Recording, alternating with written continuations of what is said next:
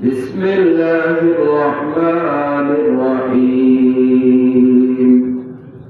يا أيها الذين آمنوا ادخلوا في السلم كافة ولا تتبعوا خطوات الشيطان إنه لكم عدو مبين صدق الله العظيم وصدق رسوله النبي الكريم ونحن على ذلك من الشاهدين والشاكرين والحمد لله رب العالمين.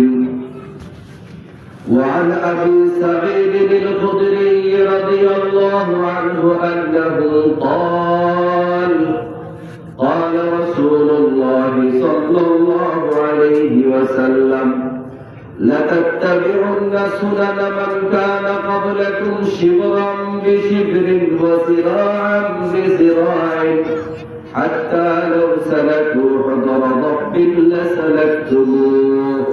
قلنا يا رسول الله اليهود والنصارى قال فمن؟ أو كما قال عليه الصلاة والسلام اللهم صل على محمد وعلى آل محمد كما صليت على إبراهيم وعلى آل إبراهيم إنك حميد مجيد. اللهم بارك على محمد وعلى آل محمد كما باركت على إبراهيم وعلى آل إبراهيم إنك حميد مجيد. اللهم افتح علينا حكمتك وانشر علينا رحمتك يا ذا الجلال والإكرام. سبحانك لا علم لنا إلا ما علمتنا إنك أنت العليم الحكيم. سبحانك لا علم لنا إلا ما علمتنا إنك أنت العليم الحكيم. शौक़ आतिश से तरफता हो सदा माई बेकरार. शौक़ आतिश से तरफता हो सदा माई बेकरार. हादिरे शहरे मदीना कब नसीबे हो मुझे. हादिरे शहरे मदीना कब नसीबे हो मुझे. गुंबज़े खतरा दिखा दो रोज़े अतहर मुझे. गुंबज़े खतरा दिखा दो रोज़े अतहर मुझे. दरमियाने कब्र मिंबर घिरगिराने दे मुझे. दरमियाने कब्र मिंबर घिरगिराने दे मुझे.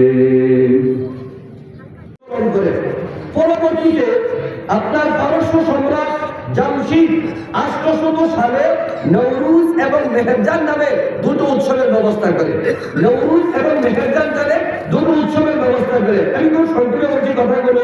পরবর্তীতে 1252 সালে খ্রিস্টান পাদ্রীর পূর্ব জার্জিয়ান ক্যালেন্ডার পরিবর্তনের মাধ্যমে পাকাপোক্তভাবে 1 জানুয়ারিকে নববর্ষ দিবস হিসাবে ঘোষণা করে. এরপরে 1752 সালে এই ইংরেজি নববর্ষের প্রথম দিনটাকে 31 নাইট ঘোষণা করে. আর এই দিবসটাকে তারা পালন করতেছে. মোহতারাম হাজিরিন, আমার এই সংক্ষিপ্ত ইতিহাস বলার দ্বারা নিশ্চয়ই আপনাদেরকে বুঝে আসছে 31 নাইটের উৎসব এটা কোনো মুসলমানের উৎসব নয়. ঠিক কিনা বলুন? এটা হলো খ্রিস্টানদের একটা উৎসব. খুব ভালো করে আমার এই কথাটা মনে রাখবেন. মানুষের জীবনে যে উৎসব আসুক না কেন, প্রতিটি উৎসবের সাথে ধর্মীয় মূল্যবোধ কাজ করে। কি বললাম আমি? প্রতিটি উৎসবের সাথে মানুষের কি কাজ করে? ধর্মীয় মূল্যবোধ কাজ করে। আপনি দেখবেন এই যে 25শে ডিসেম্বর আগামীকালকে খ্রিস্টানদের বড়দিন, 25শে ডিসেম্বর আগামীকালকে খ্রিস্টানদের বড়দিন, যিশু খ্রিস্টের জন্মদিন হিসেবে তারা এটা পালন করে, ঠিক কিনা বলুন? ইহুদিরা রুজে হাসানাত ইয়াউমুস সাবাত, তারা ওই দিনটাকে ধর্মীয় দিন হিসেবে উৎসব করে, ওই উৎসবের সাথে ধর্মীয় মূল্যবোধ তাদের কাজ করে। ওইটার ভাবি হিন্দুরা যেরকম ভাবে কালী পূজা করে, হিন্দুরা যেভাবে দুর্গা পূজা করে, মুসলমান ঠিক এরকম ভাবে ঈদুল আজহা এবং ঈদুল ফিতর আদায় করে। যেই উৎসবগুলোর সাথে ধর্মীয় মূল্যবোধ কাজ করে, ঠিক কিনা বলুন? আপনি মানুষের জীবনে কোনো উৎসব এমন দেখাতে পারবেন না যে উৎসবের সাথে ধর্মীয় মূল্যবোধ কাজ করে না। তাহলে আসুন, এই যে খ্রিস্টান সম্প্রদায় 31st নাইটকে তাদের ধর্মীয় উৎসব হিসেবে কিভাবে পালন করত, আপনারা যারা ইংরেজি জানেন না, ইউটিউব ব্যবহার করেন, শুধু আপনি যাই আপনার মোবাইলের মধ্যে একটা লেখা দিবেন জানুস, জানুস লিখে সার্চ দিবেন, সাথে সাথে আপনার মোবাইলের মধ্যে একটা মূর্তির ছবি চলে আসবে। যে মূর্তির দুই মাথা ওরা মূর্তির ছবি চলে আসবে। মোহতারাম হাজিরিন, এই যে 31st নাইটে ওই খ্রিস্টানরা এটাকে কিভাবে উৎসব হিসেবে পালন করত, তাদের রীতিনীতি ছিল এমন যে রাত 12টা বাজার আগ পর্যন্ত ওই যে জানুস নামে একটা মূর্তি ছিল, যে মূর্তির দুইটা মুখ, একটা পিছনের দিকে আর একটা সামনের দিকে, রাত 12টা বাজার আগ পর্যন্ত খ্রিস্টানরা ওই মূর্তির পিছনের মুখের দিকে বসে তার কাছে ইবাদত করত, তার কাছে আরাধনা করত, তার কাছে চাইতো। কি চাইতো? যে আমি বিগত বছর যে সমস্ত গ্লানি আমার জীবনে ছিল এগুলো মুছে দাও, অপরাধ ব্যর্থতা যেগুলো ছিল এগুলো মুছে দাও। এভাবে সে মূর্তি পূজা করতো রাত 12টা পর্যন্ত, ওই মূর্তির পিছনের মুখের দিকে তাকিয়ে। ঠিক 12টা বাজার সাথে সাথেই মূর্তি যে সামনে মুখটা রয়েছে ওই মুখের কাছে যাইয়া আগামী বছর তার জীবনে যত কল্যাণ দরকার ওই মূর্তির কাছে চাইতো। মুহতারাম হাজিরিন, আপনারা বলুন, এই মূর্তি পূজা কোনো মুসলমান সন্তান করতে পারে? আমাদের সমাজের মধ্যে যদি ব্যাপারটা এমন হইতো, আমাদেরকে যদি আইসা কোনো ব্যক্তি বলতো এই কথা, আজকে 31st নাইট উৎসব, আসেন আমরা এই রাত্রে কিছু মূর্তি পূজা করি, তাহলে প্রতিটি মুসলমান লাঠি নিয়ে তাকে দাঁড়াইতো, সর্বনাশ, আমি একজন ইমানদার, আমাকে বলতেছো মূর্তি পূজা করার জন্য, তোমার এই এলাকায় জায়গা নেই। কিন্তু যখনই এই ব্যাপারটাকে এভাবে চলছে, আরে পহেলা নববর্ষ, আমরা একটু আনন্দ ফুর্তি করব, এই বিশ্বাস রাখো, আমরা যদি 31st নাইট প্রথম রাত্রিতে আমরা আনন্দ উৎসবে কাটাতে পারি, তাহলে পুরা বছরটা আমাদের আনন্দ উৎসবে যাবে। আসো না আমরা একটু আনন্দ ফুর্তি করি। ওই আনন্দ ফুর্তির ওই কথা বলে আজকে আমাদের মুসলমান সমাজদেরকে ওই ইহুদি নাসারাদের মূর্তি পূজা আর শিরকি উৎসবের মধ্যে ঢুকিয়ে দিয়েছে। মুহতারাম হাজিরিন, তাহলে বলুন এই উৎসবগুলো মুসলমান করতে পারে? আপনি বলুন, একটু ভেবে চিন্তা করেন তো, যে আপনার কাছ থেকে একটা বছর চলে গেছে, আপনার কাছ থেকে যে একটা বছর চলে গেছে, এই বছর জীবনে আর কখনো ফিরে আসবে? আপনার তো উচিত ছিল আল্লাহ তাআলার দরবারে কান্নাকাটি করা, হয় আল্লাহ আমার জীবনে একটা বছর চলে গেল, আমি কোনো কিছু করতে পারলাম না, তুমি আমাকে ক্ষমা করে দাও। জীবনের একটা বছর চলে গেছে, আল্লাহর দরবারে কান্নাকাটি করার দরকার ছিল। অথচ কান্নাকাটি করে পরিবর্তে তারা হই হুল্লোড় করতেছে। এটা কোন ধরনের উৎসব? আচ্ছা আসুন, আর এই কথা যদি আমরা বলি যে আনন্দ উৎসবের নামে, আপনারা আনন্দ উৎসবের নামে যে আপনারা বলতেছেন নববর্ষ আসছে এই জন্য আনন্দ উৎসব করতে হবে। মুহতারাম হাজিরিন, যে জিনিস আসলে আপনি খুশি হন, ওই জিনিস চলে গেলে তো কান্নাকাটি করার দরকার। আমার কথা বুঝতেছেন কি আপনারা? যার আগমনে আপনি আনন্দিত হন, এটাই হলো স্বাভাবিক। সে যখন চলে যাবে আপনি কাঁদবেন। এই যে একটা বছর নববর্ষ আসছে, এই জন্য আপনি আনন্দ উৎসবের জন্য শরীক হচ্ছেন। যখন একটা বছর চলে যাইতেছে তখন আপনি কাঁদেন না কেন? এর অর্থ হলো এই উৎসবের কোনো যুক্তিকতা হতে পারে না, এটা সম্পূর্ণ একটা অযৌক্তিক। আজকে আমাদের মুসলিম সমাজকে শিরকি গুনাহের মধ্যে ডুবিয়ে দেওয়ার জন্য ওই ইহুদি নাসারাদের অপসংস্কৃতি আমাদের সমাজের মধ্যে ডুবিয়ে দিয়েছে, ঠিক কিনা বলুন? এই রাত্রে কোন কোন জিনিস হয়, এই রাত্রে কি কি জিনিস পালন করা হয়? এই রাত্রের মধ্যে আগুন নিয়ে আমাদের যুবকরা খেলাধুলা করে। এই রাত্রে আগুন নিয়ে যুবকরা খেলাধুলা করে। হ্যাঁ যুবক, আমি যদি তোমাকে বলি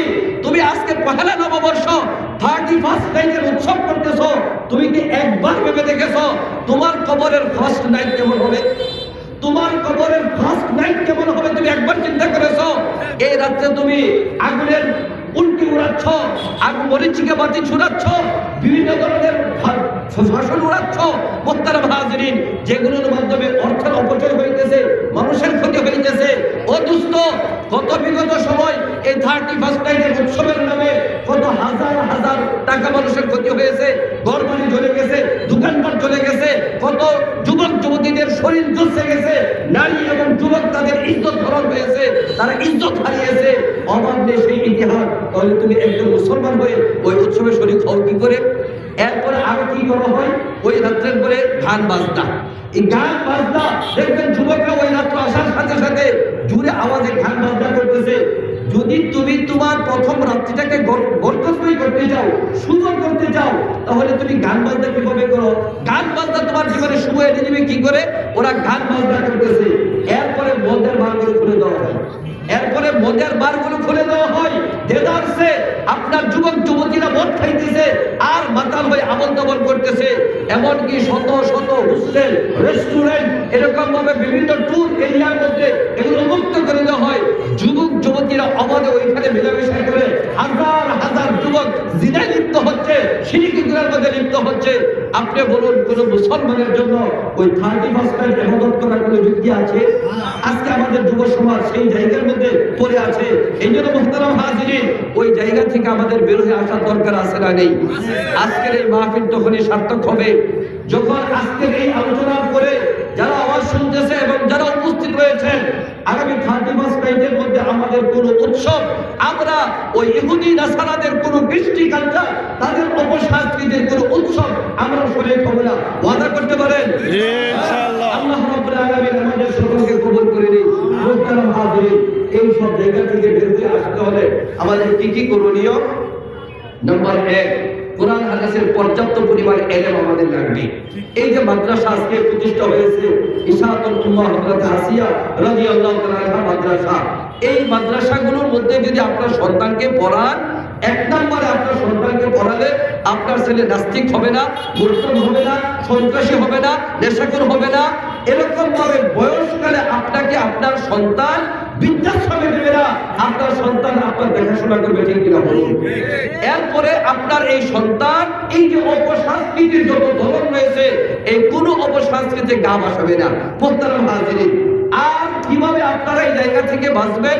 দাওয়াতে তাবলীগের যে মেহনত রয়েছে, যারা আজকে স্কুল কলেজ পড়ছেন না এবং এখন মাদ্রাসায় ভর্তি হয়ে পড়ার মতো কোনো ব্যবস্থা নেই, আপনার জন্য করণীয় হলো আল্লাহ রাব্বুল আলামিন আমাদের জন্য যে উন্মুক্ত প্রতিষ্ঠানের ব্যবস্থা করে দিয়েছেন, যেই প্রতিষ্ঠানে ভর্তি হলে পূর্বের কোনো অভিজ্ঞতা প্রয়োজন হয় না, কোনো ফরম করতে হয় না, বছরের শুরু শেষ হিসাব করতে হয় না, মাসিক কোনো বেতন দেওয়া লাগে না, আপনি একেবারে বড় কলম কিছুই জানেন না, আপনার জন্য সুযোগ রয়েছে ওই শিক্ষা প্রতিষ্ঠানে ভর্তি হওয়া।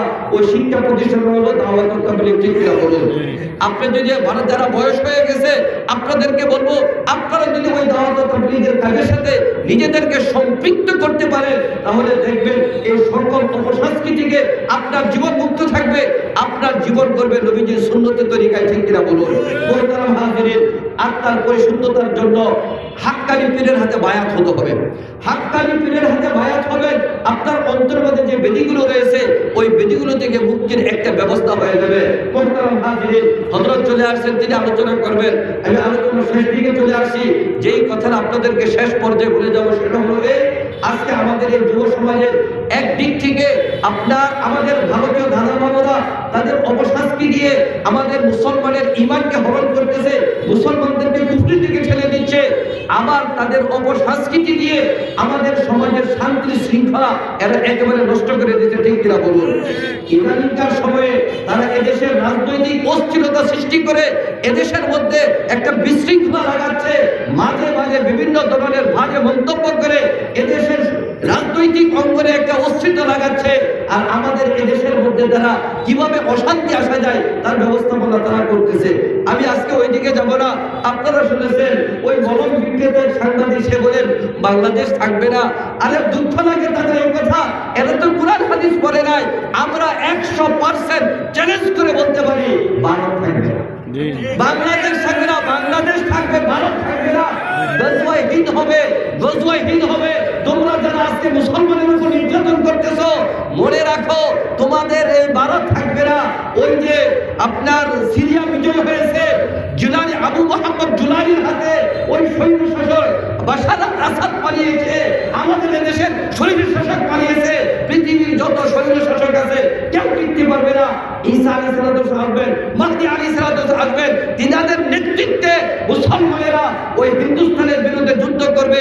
হাদিসে পাকের মধ্যে আছে ওই হিন্দুস্তান ভারতের মধ্যে যারা রাজা থাকবে, প্রশাসনের মধ্যে থাকবে, সমাজের মধ্যে থাকবে, এদের গলার মধ্যে শিকল লাগিয়ে টেনে শেষে এদের বস্ত্র থেকে নামানো হবে। যেমন ভাবে এদেশের মধ্যে 400 কোটি টাকা খরচ করে শত শত মূর্তি বানিয়েছিল, যে 24-এর এই 5 আগস্ট 2024-এ বিজয়ের পরে ওই সমস্ত মূর্তিকে শিকল লাগিয়ে টানে এরকম ভাবে বেগুনিয়ে ভেঙা হয়েছে, ঠিক কিনা বলুন?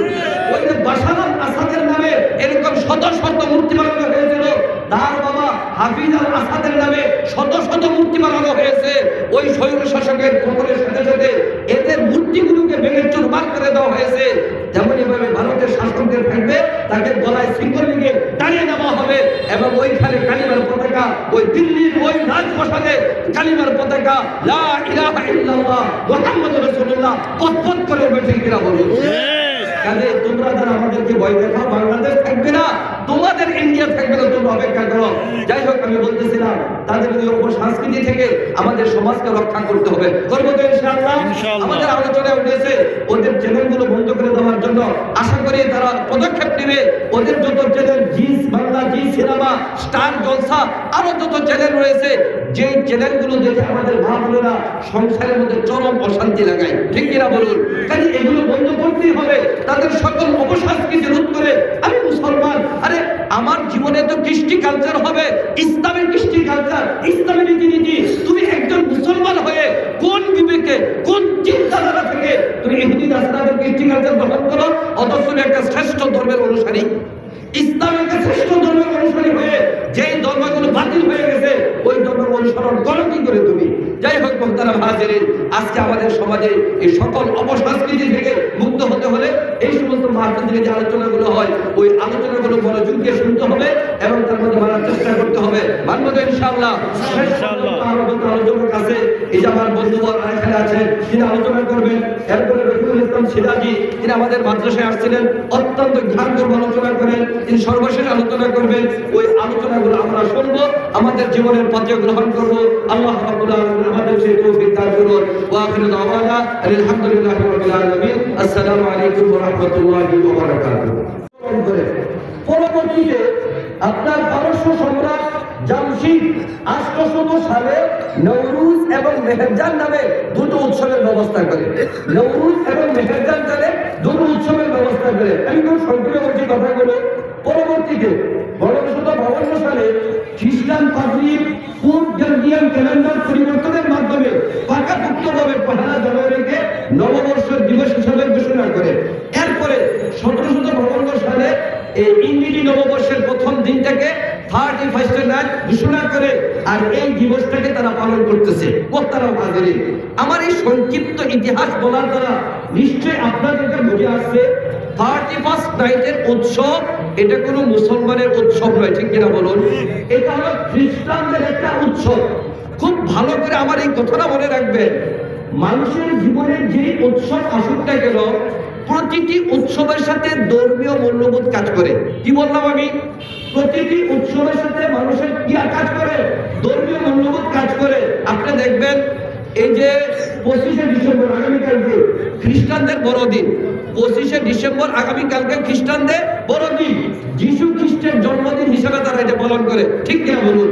ইহুদিরা রুজে হাসানাত ইয়াউমুস সাবাত, তারা ওই দিনটাকে ধর্মীয় দিন হিসেবে উৎসব করে। ওই উৎসবের সাথে ধর্মীয় মূল্যবোধ তাদের কাজ করে।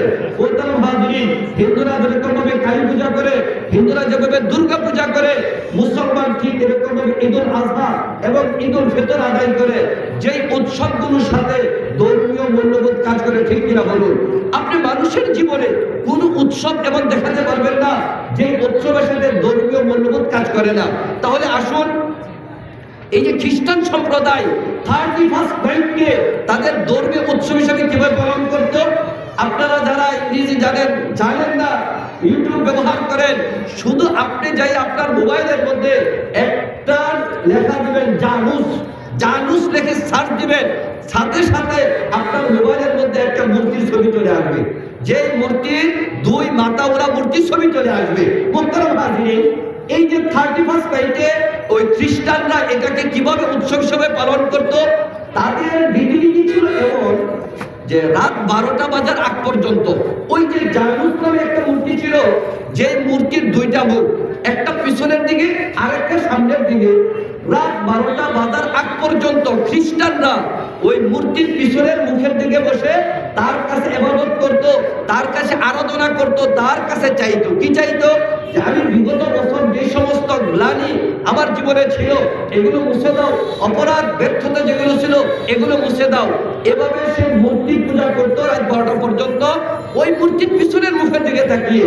ঠিক 12টা বাজার সাথে সাথেই মূর্তি যে সামনে মুখটা রয়েছে ওই মুখের কাছে যাইয়া আগামী বছর তার জীবনে যত কল্যাণ দরকার ওই মূর্তির কাছে চাইতো। মুহতারাম হাজিরিন, আপনারা বলুন, এই মূর্তি পূজা কোনো মুসলমান সন্তান করতে পারে? আমাদের সমাজের মধ্যে যদি ব্যাপারটা এমন হইতো, আমাদেরকে যদি আইসা কোনো ব্যক্তি বলতো এই কথা, আজকে 31st নাইট উৎসব, আসেন আমরা এই রাত্রে কিছু মূর্তি পূজা করি, তাহলে প্রতিটি মুসলমান লাঠি নিয়ে তাকে দাঁড়াইতো, সর্বনাশ আমি একজন ইমানদার, আমাকে বলতেছো মূর্তি পূজা করার জন্য, তোমার এই এলাকায় জায়গা নেই। কিন্তু যখনই এই ব্যাপারটাকে এভাবে চলছে, আরে পহেলা নববর্ষ আমরা একটু আনন্দ ফুর্তি করব, এই বিশ্বাস রাখো আমরা যদি 31st নাইট প্রথম রাত্রিতে আমরা আনন্দ উৎসবে কাটাতে পারি, তাহলে পুরো বছরটা আমাদের আনন্দ উৎসবে যাবে। আসলে আমরা একটু আনন্দ ফুর্তি করি, ওই আনন্দ ফুর্তির ওই কথা বলে আজকে আমাদের মুসলমান সমাজদেরকে ওই ইহুদি নাসারাদের মূর্তি পূজা আর শিরকি উৎসবের মধ্যে ঢুকিয়ে দিয়েছে। মুহতারাম হাজিরিন, তাহলে বলুন এই উৎসবগুলো মুসলমান করতে পারে? আপনি বলুন, একটু ভেবে চিন্তা করেন তো, যে আপনার কাছ থেকে একটা বছর চলে গেছে, আপনার কাছ থেকে যে একটা বছর চলে গেছে, এই বছর জীবনে আর কখনো ফিরে আসবে? আপনার তো উচিত ছিল আল্লাহ তাআলার দরবারে কান্নাকাটি করা, হয় আল্লাহ আমার জীবনে একটা বছর চলে গেল, আমি কোনো কিছু করতে পারলাম না, তুমি আমাকে ক্ষমা করে দাও। জীবনের একটা বছর চলে গেছে, আল্লাহর দরবারে কান্নাকাটি করার দরকার ছিল। অথচ কান্নাকাটি পরিবর্তে তারা হই হুল্লোড় করতেছে। এটা কোন ধরনের উৎসব? আচ্ছা আসুন, আর এই কথা যদি আমরা বলি যে আনন্দ উৎসবের নামে, আপনারা আনন্দ উৎসবের নামে যে আপনারা বলতেছেন নববর্ষ আসছে এই জন্য আনন্দ উৎসব করতে হবে। মুহতারাম হাজিরিন, যে জিনিস আসলে আপনি খুশি হন, ওই জিনিস চলে গেলে তো কান্নাকাটি করার দরকার। আমার কথা বুঝতেছেন কি আপনারা? যার আগমনে আপনি আনন্দিত হন, এটাই হলো স্বাভাবিক। সে যখন চলে যাবে আপনি কাঁদবেন। এই যে একটা বছর নববর্ষ আসছে, এই জন্য আপনি আনন্দ উৎসবের জন্য শরীক হচ্ছেন। যখন একটা বছর চলে যাইতেছে তখন আপনি কাঁদেন না কেন? এর অর্থ হলো এই উৎসবের কোনো যুক্তিকতা হতে পারে না, এটা সম্পূর্ণ একটা অযৌক্তিক। আজকে আমাদের মুসলিম সমাজকে শিরকি গুনার মধ্যে ডুবিয়ে দেওয়ার জন্য ওই ইহুদি নাসারাদের অপসংস্কৃতি আমাদের সমাজের মধ্যে ডুবিয়ে দিয়েছে। ঠিক কিনা বলুন? এই রাত্রে কোন কোন জিনিস হয়, এই রাত্রে কি কি জিনিস পালন করা হয়? এই রাত্রের মধ্যে আগুন নিয়ে আমাদের যুবকরা খেলাধুলা করে। এই রাত্রে আগুন নিয়ে যুবকরা খেলাধুলা করে। হ্যাঁ যুবক, আমি যদি তোমাকে বলি তুমি আজকে পহেলা নববর্ষ 31st নাইটের উৎসব করতেছো, তুমি কি একবার ভেবে দেখেছো তোমার কবরের ফার্স্ট নাইট কেমন হবে? তোমার কবরের ফার্স্ট নাইট কেমন হবে তুমি একবার চিন্তা করেছো? এই রাত্রে তুমি আগুনের উল্টি উড়াচ্ছ, আগুন মরিচিকা বাতি ছুড়াচ্ছ, বিভিন্ন ধরনের ফাঁসন উড়াচ্ছ। মুহতারাম হাজিরিন, যেগুলোর মাধ্যমে অর্থের অপচয় হইতেছে, মানুষের ক্ষতি হইতেছে। ও দুস্থ, কত বিগত সময় এই 31st নাইটের উৎসবের নামে কত হাজার হাজার টাকা মানুষের ক্ষতি হয়েছে, ঘরবাড়ি চলে গেছে, দোকানপাট চলে গেছে, কত যুবক যুবতীদের শরীর জ্বলছে গেছে, নারী এবং যুবক তাদের ইজ্জত হরণ হয়েছে, তারা ইজ্জত হারিয়েছে। অবাক সেই ইতিহাস। তাহলে তুমি একজন মুসলমান হয়ে ওই উৎসবে শরীক হও কি করে? এরপরে আরো কি করা হয়? ওই রাত্রের পরে গান বাজনা, এই গান বাজনা দেখবেন যুবকরা ওই রাত্র আসার সাথে সাথে জুড়ে আওয়াজে গান বাজনা করতেছে। যদি তুমি তোমার প্রথম রাত্রিটাকে বরকতময় করতে চাও, শুভ করতে চাও, তাহলে তুমি গান বাজনা কিভাবে করো? গান বাজনা তোমার জীবনে শুভ এনে দিবে কি করে? ওরা গান বাজনা করতেছে, এরপরে মদের বারগুলো খুলে দেওয়া হয়, এরপরে মদের বারগুলো খুলে দেওয়া হয়। দেদারসে আপনার যুবক যুবতীরা মদ খাইতেছে আর মাতাল হয়ে আমল তামল করতেছে। এমনকি শত শত হোস্টেল, রেস্টুরেন্ট, এরকম ভাবে বিভিন্ন ট্যুর এরিয়ার মধ্যে এগুলো মুক্ত করে দেওয়া হয়। যুবক যুবতীরা অবাধে ওইখানে মেলামেশা করে হাজার হাজার যুবক জিনায় লিপ্ত হচ্ছে, শিরকি গুনার মধ্যে লিপ্ত হচ্ছে। আপনি বলুন, কোন মুসলমানের জন্য ওই 31 ইবাদত করার কোনো যুক্তি আছে? আজকে আমাদের যুব সমাজ সেই জায়গার মধ্যে পড়ে আছে। এই জন্য মুহতারাম হাজিরিন, ওই জায়গা থেকে আমাদের বের হয়ে আসার দরকার আছে না নেই? আজকের এই মাহফিল তখনই সার্থক হবে যখন আজকের এই আলোচনার পরে যারা আওয়াজ শুনতেছে এবং যারা উপস্থিত রয়েছেন, আগামী 31 নাইটের মধ্যে আমাদের কোন উৎসব, আমরা ওই ইহুদি নাসারাদের কোন কৃষ্টি কালচার, তাদের অপসংস্কৃতির কোন উৎসব আমরা শরীর হবে না। ওয়াদা করতে পারেন ইনশাআল্লাহ? আল্লাহ রাব্বুল আলামিন আমাদের সকলকে কবুল করে নিন। মুহতারাম হাজিরিন, এই সব জায়গা থেকে বের হয়ে আসতে হলে আমাদের কি কি করণীয়? নাম্বার 1, কোরআন হাদিসের পর্যাপ্ত পরিমাণ ইলম আমাদের লাগবে। এই যে মাদ্রাসা আজকে প্রতিষ্ঠা হয়েছে, ইশাআতুল উম্মাহ হযরত আসিয়া রাদিয়াল্লাহু তাআলা আনহা মাদ্রাসা, এই মাদ্রাসাগুলোর মধ্যে যদি আপনার সন্তানকে পড়ান, এক নম্বরে আপনার সন্তানকে পড়ালে আপনার ছেলে নাস্তিক হবে না, মুরতাদ হবে না, সন্ত্রাসী হবে না, নেশাখোর হবে না। এরকম ভাবে বয়সকালে আপনাকে আপনার সন্তান বৃদ্ধাশ্রমে দেবে না, আপনার সন্তান আপনার দেখাশোনা করবে, ঠিক কিনা বলুন? এরপরে আপনার এই সন্তান এই যে অপসংস্কৃতির যত ধরন রয়েছে, এই কোনো অপসংস্কৃতিতে গা ভাসাবে না। মুহতারাম হাজিরিন, আর কিভাবে আপনারা এই জায়গা থেকে বাঁচবেন? দাওয়াতে তাবলীগের যে মেহনত রয়েছে, যারা আজকে স্কুল কলেজ পড়ছেন না এবং এখন মাদ্রাসায় ভর্তি হয়ে পড়ার মতো কোনো ব্যবস্থা নেই, আপনার জন্য করণীয় হলো আল্লাহ রাব্বুল আলামিন আমাদের জন্য যে উন্মুক্ত প্রতিষ্ঠানের ব্যবস্থা করে দিয়েছেন, যেই প্রতিষ্ঠানে ভর্তি হলে পূর্বের কোনো অভিজ্ঞতা প্রয়োজন হয় না, কোনো ফরম পূরণ করতে হয় না, বছরের শুরু শেষ হিসাব করতে হয় না, মাসিক কোনো বেতন দেওয়া লাগে না, আপনি একেবারে কোনো কিছুই জানেন না, আপনার জন্য সুযোগ রয়েছে ওই শিক্ষা প্রতিষ্ঠানে ভর্তি হওয়া। ওই শিক্ষা প্রতিষ্ঠান হলো দাওয়াতুত তাবলীগ, ঠিক কিনা বলুন? আপনি যদি যারা বয়স হয়ে গেছে, আপনাদেরকে বলবো, আপনারা যদি ওই দাওয়াতুত তাবলীগের কাজের সাথে নিজেদেরকে সম্পৃক্ত করতে পারেন, তাহলে দেখবেন এই সকল অপসংস্কৃতিকে আপনার জীবন মুক্ত থাকবে, আপনার জীবন করবে নবীজির সুন্নতের তরিকায়, ঠিক কিনা বলুন? মুহতারাম হাজিরিন, আত্মার পরিশুদ্ধতার জন্য হাক্কানি পীরের হাতে বায়াত হতে হবে। হাক্কানি পীরের হাতে বায়াত হবেন, আপনার অন্তর্মধ্যে যে বেদিগুলো রয়েছে, ওই বেদিগুলো থেকে মুক্তির একটা ব্যবস্থা হয়ে যাবে। মুহতারাম হাজিরিন, হযরত চলে আসছেন, তিনি আলোচনা করবেন। আমি আলোচনা শেষ দিকে চলে আসছি। যেই কথাটা আপনাদেরকে শেষ পর্যায়ে বলে যাবো, সেটা হলো আজকে আমাদের এই যুব সমাজের একদিক থেকে আমাদের ভারতীয় দাদা বাবারা তাদের অপসংস্কৃতি দিয়ে আমাদের মুসলমানের ঈমানকে হরণ করতেছে, মুসলমানদেরকে কুফরির দিকে ঠেলে দিচ্ছে, আবার তাদের অপসংস্কৃতি দিয়ে আমাদের সমাজের শান্তি শৃঙ্খলা এরা একেবারে নষ্ট করে দিচ্ছে, ঠিক কিনা বলুন? ইদানিংকার সময়ে তারা এদেশের রাজনৈতিক অস্থিরতা সৃষ্টি করে এদেশের মধ্যে একটা বিশৃঙ্খলা লাগাচ্ছে, মাঝে মাঝে বিভিন্ন ধরনের বাজে মন্তব্য করে এদেশের রাজনৈতিক অঙ্গনে একটা অস্থিরতা লাগাচ্ছে। আর আমাদের এদেশের মধ্যে তারা কিভাবে অশান্তি আসা যায় তার ব্যবস্থাপনা তারা করতেছে। আমি আজকে ওইদিকে যাব না। আপনারা শুনেছেন ওই মলম বিক্রেতার সাংবাদিক, সে বলেন বাংলাদেশ থাকবে না। আরে দুঃখ লাগে তাদের এই কথা, এরা তো কুরআন হাদিস পড়ে নাই। আমরা 100% চ্যালেঞ্জ করে বলতে পারি ভারত থাকবে না, বাংলাদেশ থাকবে না, বাংলাদেশ থাকবে, ভারত থাকবে না। গজওয়ায়ে হিন্দ হবে, গজওয়ায়ে হিন্দ হবে। তোমরা যারা আজকে মুসলমানের উপর নির্যাতন করতেছো, মনে রাখো তোমাদের এই ভারত থাকবে না। ওই যে আপনার সিরিয়া বিজয় হয়েছে, জুলানি আবু মোহাম্মদ জুলানির হাতে ওই সৈন্য শাসক বাশার আল আসাদ পালিয়েছে, আমাদের দেশের সৈন্য শাসক পালিয়েছে। পৃথিবীর যত সৈন্য শাসক আছে কেউ টিকতে পারবে না। ঈসা আলাইহিস সালাম আসবেন, মাহদী আলাইহিস সালাম আসবেন, তিনাদের নেতৃত্বে মুসলমানেরা ওই হিন্দুস্তানের বিরুদ্ধে যুদ্ধ করবে। হাদিসে পাকের মধ্যে আছে ওই হিন্দুস্তান ভারতের মধ্যে যারা রাজা থাকবে, প্রশাসনের মধ্যে থাকবে, ক্ষমতার মধ্যে থাকবে, এদের গলার মধ্যে শৃঙ্খল লাগিয়ে টেনে শেষে এদের বস্ত্র থেকে নামানো হবে। যেমন ভাবে এদেশের মধ্যে 400 কোটি টাকা খরচ করে শত শত মূর্তি বানিয়েছিল, যেই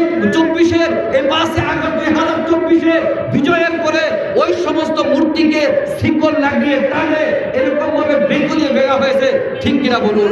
ওই যে বাশার আল আসাদের নামে এরকম শত শত মূর্তি বানানো হয়েছিল, তার বাবা হাফিজ আল আসাদের নামে শত শত মূর্তি বানানো হয়েছে। ওই স্বৈর শাসকের পতনের সাথে সাথে এদের মূর্তিগুলোকে ভেঙে চুরমার করে দেওয়া হয়েছে। যেমন এভাবে ভারতের শাসকদের থাকবে, তাকে গলায় শৃঙ্খল লিখে টানিয়ে দেওয়া হবে এবং ওইখানে কালিমার পতাকা, ওই দিল্লির ওই রাজপ্রাসাদে কালিমার পতাকা লা ইলাহা ইল্লাল্লাহ মুহাম্মাদুর রাসূলুল্লাহ পথ করে উঠবে। ঠিক কিনা বলুন? কাজে তোমরা যারা আমাদেরকে ভয় দেখাও, বাংলাদেশ থাকবে না, তোমাদের ইন্ডিয়া থাকবে না, তোমরা অপেক্ষা করো। যাই হোক, আমি বলতেছিলাম তাদের ওই অপসংস্কৃতি থেকে আমাদের সমাজকে রক্ষা করতে হবে। করবো তো ইনশাআল্লাহ? আমাদের আলোচনায় উঠেছে ওদের চ্যানেলগুলো বন্ধ করে দেওয়ার জন্য। আশা করি তারা পদক্ষেপ নেবে। ওদের যত চ্যানেল, জি বাংলা, জি সিনেমা, স্টার জলসা, আরো যত চ্যানেল রয়েছে, যেই চ্যানেলগুলো দেখে আমাদের মা বোনেরা সংসারের মধ্যে চরম অশান্তি লাগায়। ঠিক কিনা বলুন? কাজে এগুলো বন্ধ করতেই হবে। তাদের সকল অপসংস্কৃতি রোধ করে, আমি মুসলমান, আরে আমার জীবনে তো কৃষ্টি কালচার হবে, ইসলামের কৃষ্টি কালচার, ইসলামের রীতিনীতি। তুমি একজন মুসলমান হয়ে কোন বিবেকে, কোন চিন্তাধারা থেকে তুমি ইহুদি নাসারাদের কৃষ্টি কালচার গ্রহণ করো, অথচ তুমি একটা শ্রেষ্ঠ ধর্মের অনুসারী, ইসলামের একটা শ্রেষ্ঠ ধর্মের অনুসারী হয়ে যেই ধর্মগুলো বাতিল হয়ে গেছে ওই ধর্মের অনুসরণ করো কি করে তুমি? যাই হোক মুহতারাম হাজিরিন, আজকে আমাদের সমাজে এই সকল অপসংস্কৃতি থেকে মুক্ত হতে হলে এই সমস্ত মাহফিল থেকে যে আলোচনাগুলো হয়, ওই আলোচনাগুলো মনোযোগ দিয়ে শুনতে হবে এবং তার মধ্যে মানার চেষ্টা করতে হবে। মানব তো ইনশাআল্লাহ? আলোচনার কাছে এই যে আমার বন্ধুবর এখানে আছেন, তিনি আলোচনা করবেন। এরপরে রফিকুল ইসলাম সিরাজি, তিনি আমাদের মাদ্রাসায় আসছিলেন, অত্যন্ত জ্ঞানগর্ভ আলোচনা করেন, তিনি সর্বশেষ আলোচনা করবেন। ওই আলোচনাগুলো আমরা শুনবো, আমাদের জীবনের পথে গ্রহণ করবো। আল্লাহ রাব্বুল আলামিন আমাদের সেই তৌফিক দান করুন। ওয়া আখিরু দাওয়ানা আলহামদুলিল্লাহি রাব্বিল আলামিন। আসসালামু আলাইকুম ওয়া রাহমাতুল্লাহি ওয়া বারাকাতুহু।